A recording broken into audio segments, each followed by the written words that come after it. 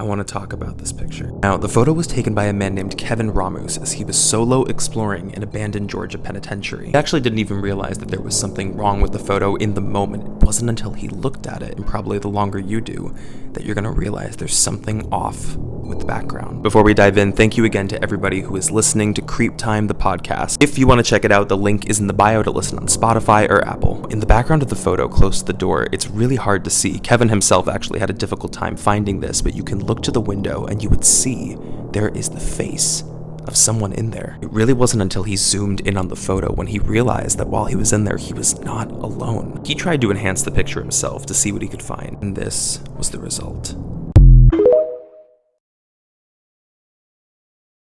This is reason number 1 as to why you should always be very careful when inviting anyone into your home, even family. So for those of you guys who follow me on here, you already know that my father and I don't have the best relationship. Recently, I found out that he had a baby, so I reached out. We ended up reuniting. I met the baby and decided to invite them over to my house for dinner. Mind you, my home is extremely protected.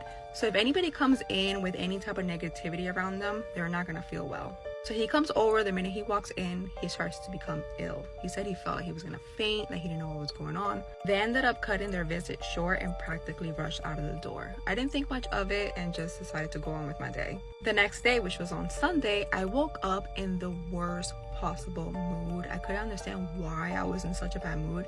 I had absolutely no reason to feel so angry, but something was just really bothering me. I decided to take the kids to go watch the new Spider-Man to kind of get my mind off of it. Once I left the house, I realized that I no longer felt like that anger. Like, it was gone and I felt fine. But the minute we went back home, I started to feel angry again.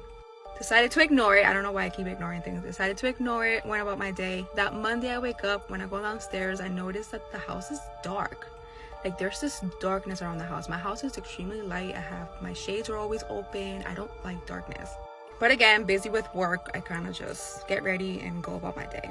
When I get home later on that day, the house has this weird, like, rotting smell.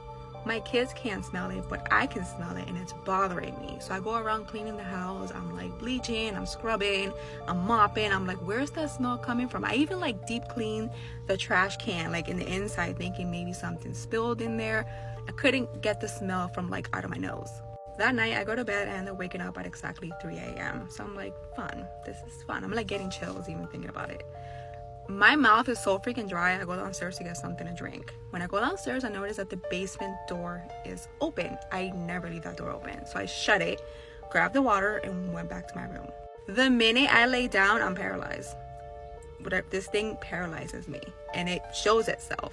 I'm like fighting back again. I'm not afraid of any of this stuff because I've been dealing with this stuff my whole life. So I'm pretty much laughing at it, telling it that it has no power, it needs to leave. I start to pray, and it's continuing to like hold me down. At one point, I'm able to break free and I like overpower this thing. I have one of those Stanley cups, the dupe, not the real one. I'm not spending $40 on a cup. Next to my nightstand, and I started to hit it in the head with it. Once I did this, it went away. I say my prayers and go to sleep. I wake up at about 6 a.m. and decide to go downstairs to get my coffee. When I go downstairs into the kitchen, I hear what sounds like something like fumbling in the basement, like something's falling over in the basement. And then I look and realize that the basement door is open. This is proof we aren't alone. Okay, so we all know what sirens are. But if not, sirens are depicted as beautiful women with tails of fish. But they can also be shown as a scary humanoid creature with sharp teeth for tearing apart humans. Sirens are known for luring in sailors with their enchanting songs and then killing them. And in the video I'm about to show you, it shows sirens doing exactly that. This man is in the middle of the ocean at night when he suddenly sees 2 sirens swimming next to the boat, and they start saying, "Jump in for me." This is so terrifying, and just watch. We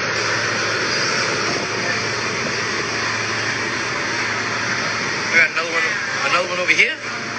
What are those?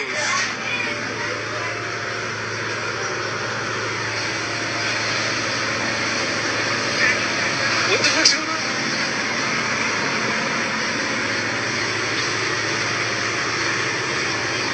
On each side of the boat? What are those trails called? What's something swimming fast underneath that water? Something swimming real fast underneath that water. I hear him. Where's she at? fuck is that noise, bro? What is that noise? Where are you?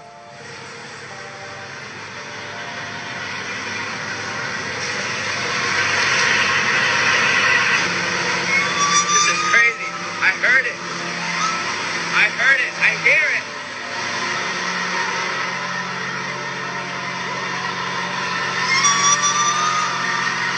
Oh my God. That's crazy. That's nuts.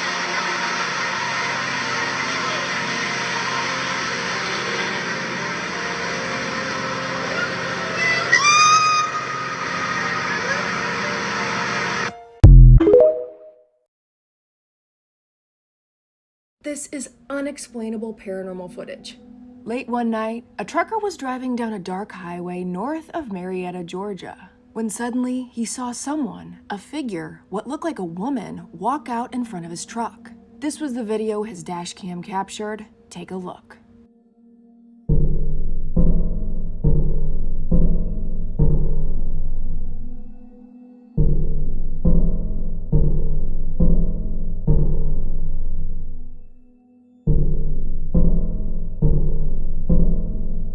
He quickly pulled over, checked his truck, but found no evidence of anyone being there. He even called the sheriff's department and reported the incident, and they informed him that deputies had been called numerous times to that exact spot on the highway.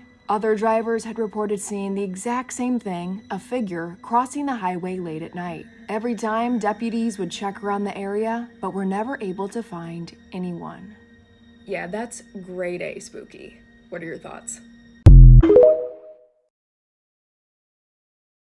Let's talk about this picture. The thing about this photo is that nobody really knows who's behind this, but what we do have is the backstory because the case file leaked. If you're already looking at the picture, you might be able to spot what's wrong with the photo. Before we dive in, I just wanted to say thank you so much for listening to Creep Time, the podcast, and supporting it. If you haven't listened to it yet and you want to take a listen, the link is in the bio. Listen on Spotify or Apple. The photo is believed to have been taken on the phone of an unnamed victim at a truck stop somewhere in Nevada. Well, it's unconfirmed. It's believed they basically went into the bathroom of this truck stop, heard a noise, took a picture on their phone to send to their friend, partially typed a message, and then they were attacked. They didn't even realize what they caught in the background of the photo. Hidden beneath the sink is the person police believe is responsible for the attack. This person was never found. They've never been able to identify them. And attempts have been made to digitally enhance this photo over the years. They've made it brighter, they've made it sharper. They have never been able to identify who this was.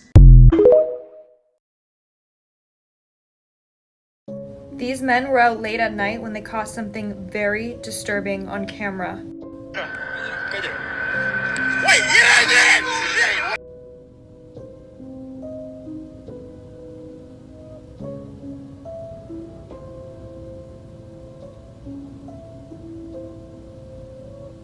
Something not human was caught crawling in the background.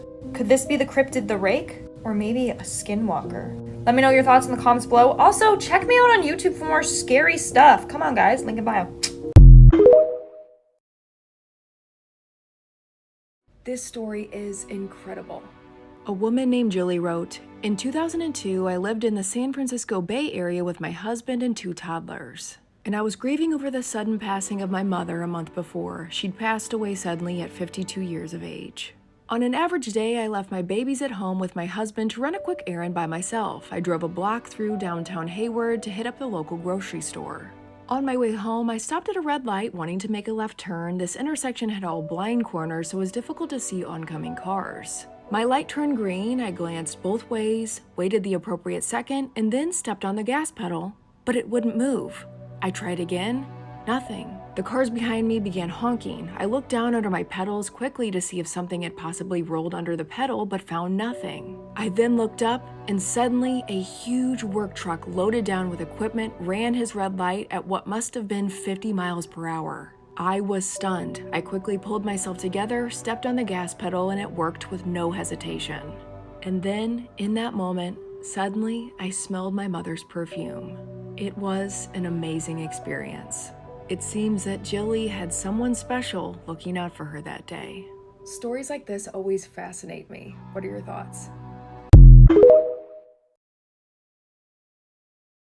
Scariest Places, Part 57. If you scare easily, you might want to keep scrolling. This is the Monte Cristo homestead located in Australia, and it's undoubtedly the most haunted place in the country. This house has a long history of death, misfortune, and possible murder.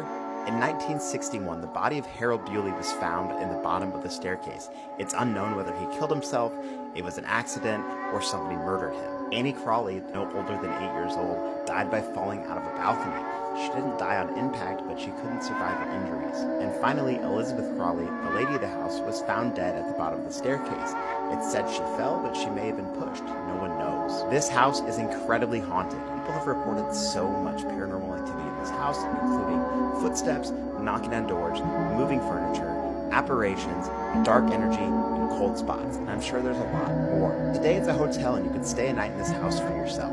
That's why this is one of Earth's. So apparently you have to ask permission to take a picture of Robert the doll. Not from the museum, but from Robert itself. So the saying goes that if you don't, you get cursed with like bad luck. You can actually go online and find these letters that people have actually sent to Robert the doll. If you're a skeptic, this probably sounds like hilarious. But if you're an actual believer, good luck. It's kind of like Chucky the doll, but in this case, you know, this doll is not going to come after you at night. So the question is, are you up for the challenge to see Robert the doll? These are 4 photos taken right before disaster. This is a photo taken on the day of the Columbine High School massacre. This guy's name is William Sanders, and in this photo, he is shown guiding more than 100 students that were in the cafeteria to safety. He later lost his life during that same exact massacre. This is a photo of people on a Uruguayan flight in 1972. Moments after this photo was taken, this plane crashed, which then took the lives of half of the people that were on the plane. The other half that were still alive were forced to eat what remained on the plane, if you catch what I'm saying. So this is a photo that a husband and his wife took at Niagara Falls, and it just looks very like pleasant. But if you look to the left of the screen, there's a lady wearing this red outfit, right? Moments after this photo was taken, that lady would throw herself over that bridge, and all of the people that were on the bridge watched that happen. And this is a photo that this guy named Dave Haley took of his wife and daughter shortly before their plane took off in Ukraine. This plane was later taken out of the sky by Russian officials, ending the lives of everyone on board. Have you heard of this Netflix documentary called 28 Days Haunted? It's a documentary, 6 episodes, 6 or 7 episodes. 3 teams go to the most haunted places in different states, all at the same time.